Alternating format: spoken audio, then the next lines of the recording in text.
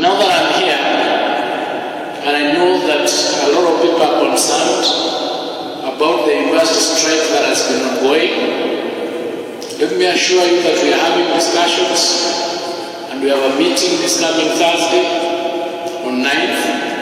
and we hope that we'll be able to resolve that strike. It arises out of a CBA, a collective bargaining agreement that we inherited as an administration of 2017-2021. But we are assuring the country that we'll be able to get a solution so that our lecturers go back to class and our students continue learning. We've also started the cycle of the exams for 2025, where we have almost 3.4 million